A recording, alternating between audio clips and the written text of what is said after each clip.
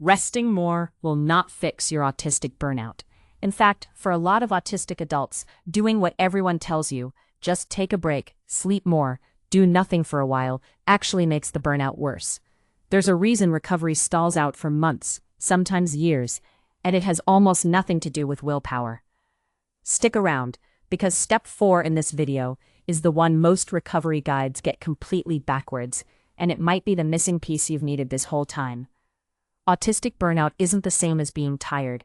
It isn't the same as workplace burnout either, even though they share a name.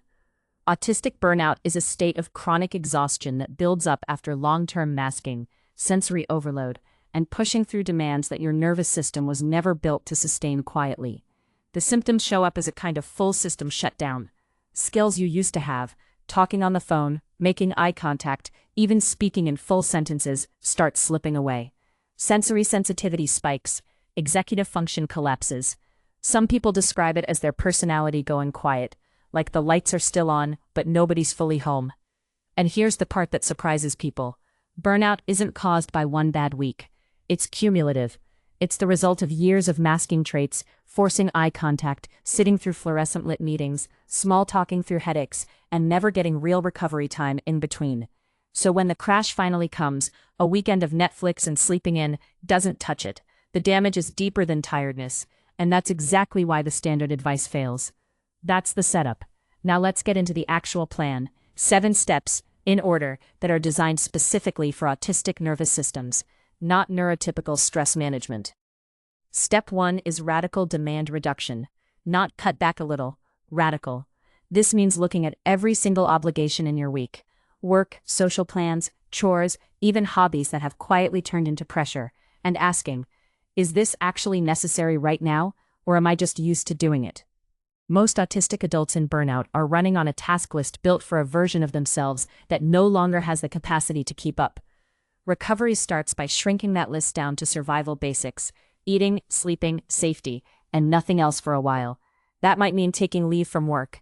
It might mean canceling plans for a full month. It feels uncomfortable, even guilt-inducing, but this step is non-negotiable. You cannot heal a nervous system that's still under fire. Step 2 is a full sensory audit of your environment. This means going room by room, literally, and identifying what's draining you. Harsh overhead lighting, a humming refrigerator, scratchy clothing tags, notification sounds on your phone. These might seem small, but during burnout, your sensory threshold drops dramatically. Things you used to tolerate suddenly feel unbearable, and that's not you being too sensitive. That's your nervous system telling you the truth about what it can handle right now. Go through your space and remove or reduce what you can. Swap harsh bulbs for warm lighting. Get noise-canceling headphones if you don't already have them. Cut tags out of clothes. This isn't indulgent. It's medical-grade recovery work for an autistic brain. Once demands are cut and the environment is calmer, you've created the conditions for actual healing to begin. But healing needs more than an empty schedule. It needs structure that doesn't feel like pressure. That's where step 3 comes in. Here's a mistake almost everyone makes in early burnout recovery. They think total unstructured rest is the goal. Sleep all day, cancel everything, let time blur together. It sounds relaxing, but for a lot of autistic people, formlessness is its own kind of stress. Without any structure, anxiety fills the gap, and burnout can actually deepen.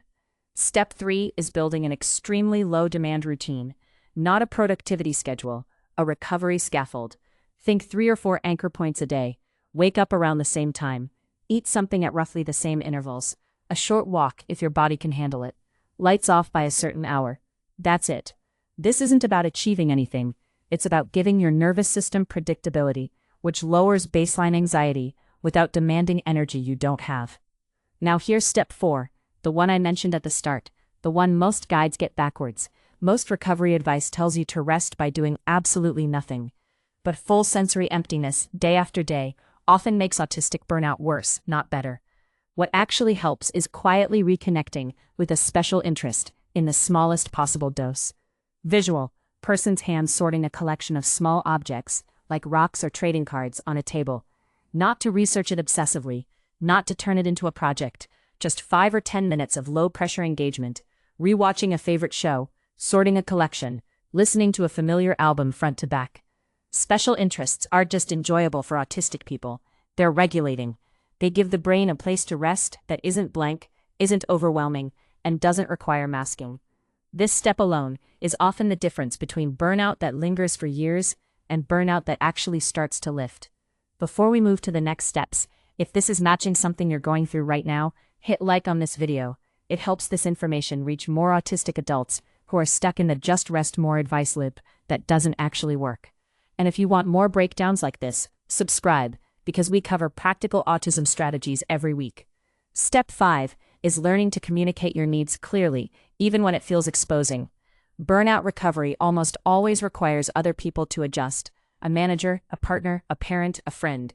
But autistic adults are often so used to masking that even asking for basic accommodations feels like a huge risk. This doesn't have to be a dramatic conversation. It can be as simple as a written message: "I'm dealing with burnout right now, which means I need fewer social plans and more predictable routines for a while." Written communication often works better than verbal in the moment, because it removes the pressure of real-time reading faces and processing tone. Scripts help here too, having 2 or 3 go-to phrases prepared in advance for common situations, like turning down an invitation or asking for a deadline extension. Step 6 is reducing masking specifically in safe spaces. This is different from Step 5. This is about behavior, not communication. Masking is suppressing stinning, forcing eye contact, scripting conversations to sound normal, and holding a performance together all day. It's one of the biggest contributors to burnout in the first place, and continuing to mask heavily during recovery is like trying to heal a wound while still picking at it. Pick the safest environment available, home, alone, or with one trusted person, and practice letting the mask down. Stim without stopping yourself. Skip eye contact if it's draining. Speak in a flatter tone if that's more natural. This step often brings up grief, honestly, because people realize how much energy they've spent hiding themselves for years.